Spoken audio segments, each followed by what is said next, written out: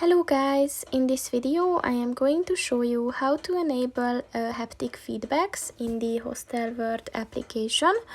But first I just want to mention, don't forget to subscribe to my channel, because at 10,000 subscribers I am going to show you my whole YouTube revenue statistics and growth strategy, as well as how to make money online.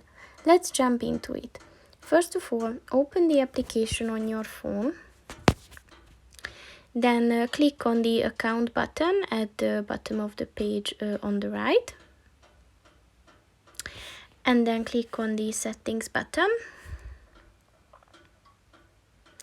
And then click on the other button. And next to the haptics section, just click on the white circle. And once it turned green, this function is enabled. So that's pretty much it for this video, guys. See you in the next one. Goodbye.